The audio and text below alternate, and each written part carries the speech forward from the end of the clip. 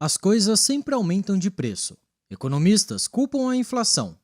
Mas o que de fato está acontecendo no mundo? Este é o Visão Libertária, sua fonte de informações descentralizadas e distribuídas. Todos nós já ouvimos ou já fizemos aquele comentário meio jocoso. Meus pais com 30 anos já tinham casa, carro e ainda criavam 2 filhos. Eu com 30 não tenho nenhuma bicicleta e mal tenho dinheiro para pagar as contas. Infelizmente, comentários como esses trazem uma triste verdade. A vida financeira ficou mais difícil. As coisas estão cada vez mais caras e o sonho da casa própria, carro zero e outros sonhos do brasileiro médio estão cada vez mais inacessíveis para a maioria das pessoas. Porém, você já se perguntou o porquê disso?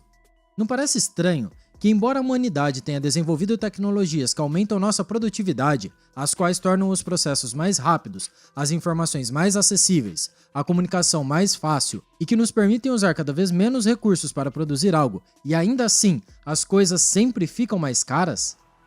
Te convido a fazer um exercício de imaginação comigo. Pense no dia a dia do seu trabalho atual. Agora pense o mesmo, só que sem as ferramentas que você usa no cotidiano. Sem o computador, celular, sem o pacote Office, sem o serviço de internet, sem as ferramentas que usamos atualmente. Imaginou? Seria realmente cansativo e moroso fazer suas atividades diárias sem esses softwares e maquinários que atualmente usamos, correto? Agora, imagina como seríamos menos produtivos se todas as vezes que precisássemos falar com alguém fosse necessário telefonar para uma secretária, aguardar e saber se a pessoa está disponível, enquanto atualmente podemos em segundos mandar uma mensagem através de e-mail, Telegram ou WhatsApp e resolver o problema com a palma da mão em segundos. A capacidade da humanidade de resolver soluções para os diversos problemas básicos do nosso cotidiano realmente impressiona. Mas a pergunta continua. Na época dos nossos pais não tinha nada disso. Eles eram naturalmente menos produtivos devido à barreira tecnológica e ainda assim pagavam menos pelas coisas. Conseguiam fazer patrimônio mais cedo e adquirir sua casa própria mais facilmente. Por que então, mesmo sendo mais produtivos e especializados, a todo momento sentimos que as coisas estão mais caras e mais inacessíveis para o cidadão médio? A culpa disso tem nome e sobrenome: inflação. Mas não é o aumento constante dos preços que estamos falando. Isso é apenas o reflexo da inflação. Estamos falando da impressão desenfreada de dinheiro e do aumento da dívida pública promovidos pelos políticos e bancos centrais. É óbvio para qualquer pessoa, menos para os esquerdistas, que os recursos disponíveis são escassos. Temos escassez de tempo e escassez de bens e recursos naturais.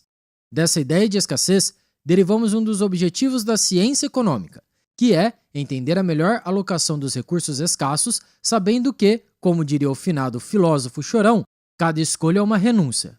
Isso é a vida. Infelizmente, os nossos governantes parecem não concordar com essa obviedade. Certa vez, o economista americano Thomas Sowell disse que a primeira lei da economia é a escassez, e a primeira lei da política é ignorar a primeira lei da economia. Eles realmente conseguiram dar um jeito de burlar a primeira lei da economia. O problema é que quem paga a conta é você.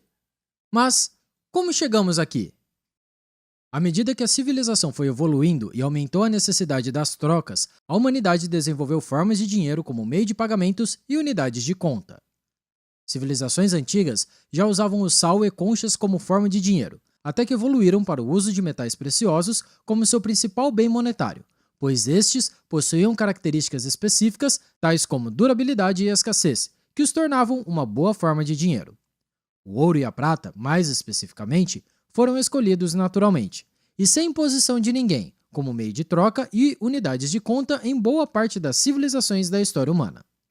O problema dos metais preciosos, no entanto, reside principalmente na sua portabilidade e no seu custo de armazenamento. Afinal, não é tarefa simples transportar ou armazenar grandes quantidades de metais preciosos. São pesados e também são difíceis de serem transferidos no espaço e com segurança. Vejam como exemplo o período das Cruzadas, as expedições militares cristãs que saíam da Europa com o objetivo de reconquistar a Terra Santa entre os séculos XI e XII. A dificuldade de transportar ouro nessa situação ficou particularmente evidente. Os peregrinos cristãos precisavam bancar longos períodos de acomodação, comida e outras necessidades básicas. Carregar grandes somas de metais preciosos os tornava alvo fácil de ladrões, além de serem um peso relevante para carregar ao longo da viagem. Os cavaleiros templários, que se dedicavam especialmente à defesa, logo perceberam o problema e ofereceram uma solução. O peregrino podia deixar seu dinheiro na Europa e, com essa carta de crédito, poderia pegar o seu dinheiro em Jerusalém. Essa foi uma das soluções que deram origem ao papel moeda e ao sistema bancário como conhecemos. Basicamente, uma nota de dinheiro em papel tinha a função de uma carta de crédito ao portador, que poderia a qualquer momento trocar seu papelzinho por metais preciosos. Em outras palavras, o dinheiro de papel tinha valor, pois ele podia ser trocado por metais preciosos a qualquer momento.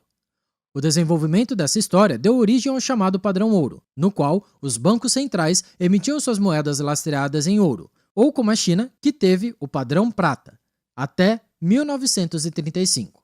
Nesse contexto, um país, ou banco central, só podia emitir moeda no limite das suas reservas do metal amarelo. Esse modelo funcionava bem, porque não permitia que os estados e políticos gastassem mais do que arrecadavam, e principalmente, não tinham o poder de diluir seu patrimônio a seu bel prazer. O período de padrão ouro, utilizado na Europa e nos Estados Unidos, é também o período de maior crescimento do padrão de vida da população, que avançou em qualidade de vida sobre qualquer padrão que possamos observar, dando origem à chamada Belle Époque na Europa entre 1971 e 1914, a qual é até hoje considerada a época de ouro de inovações na ciência, na moda e cultura, e representou um grande período de paz na Europa. Foi na Belle Époque que foram inventadas coisas como o telefone, o telégrafo sem fio, o cinema, a bicicleta, o automóvel e o avião. Observem que com a estabilidade monetária, as pessoas podiam planejar a longo prazo e criar coisas magníficas. Além disso, a estabilidade da moeda facilita a ascensão social dos mais pobres, pois esses verão o poder de compra de seu salário aumentar à medida que a economia se torna mais produtiva. Infelizmente, a partir de 1913, com a criação do Fed, foi dado o poder de controle da moeda a um cartel de banqueiros, e já em 1914, com a entrada da Inglaterra na Primeira Guerra Mundial, os bancos centrais perceberam que podiam emitir discretamente um pouco a mais de dinheiro do que suas reservas permitiam. Como sempre, a razão é uma boa causa. Afinal, a Inglaterra precisava financiar os esforços de guerra contra a Alemanha e o antigo Império Austro-Húngaro. Fato é que, a partir de 1913, os países foram um por um saindo do padrão ouro e mudando para o sistema fiduciário, o qual vivemos hoje. Ou seja, o dinheiro emitido por seus bancos centrais já não refletia mais a quantidade de reservas de ouro depositadas em seus estoques. Até que em 17 de agosto de 1971, o então presidente americano Richard Nixon foi à TV declarar à nação e ao mundo que os Estados Unidos daria calote em todo o mundo. O dólar não seria mais lastreado por ouro ou por outro metal e todos que tinham dólares como promessa de um dia poderem trocar por ouro poderiam esquecer. De lá para cá, o mundo todo saiu do padrão ouro e passou por um padrão de moedas fiduciárias, ou Fiat Standard, na língua inglesa. O termo fiat, por acaso, é derivado do latim e significa determinado por autoridade. Ou seja, o dinheiro tem valor porque a autoridade determinou que ele tenha valor, não por suas características ou qualquer outra razão mercadológica. Os Estados Unidos então perceberam que podiam imprimir dólar à vontade, o que ajudava eles a exportar sua inflação para outros lugares. É preciso destacar que o sistema de petrodólares ajudou a manter a demanda por essa moeda bem alta. O dinheiro então deixou de ser um bem escasso, pois não tem travas ou custos de impressão, e passamos a viver em um mundo onde literalmente governos podem criar dinheiro até o infinito. Mas lembre-se, os recursos, bens, ativos, estes são escassos. Como o dinheiro novo, uma vez criado, não se propaga de forma igual na sociedade, os ditos amigos do rei, famosos cantilionários, terão acesso a ele primeiro. Logo, conseguirão comprar bens e ativos com o preço corrente e deixar o reflexo inflacionário para os demais, o povão, os quais irão receber um dinheiro desvalorizado se deparando com um aumento de preços. Observem que, embora o dinheiro tenha sido criado, aumentando a demanda por qualquer coisa, a oferta de recursos, bens e ativos não se alterou necessariamente.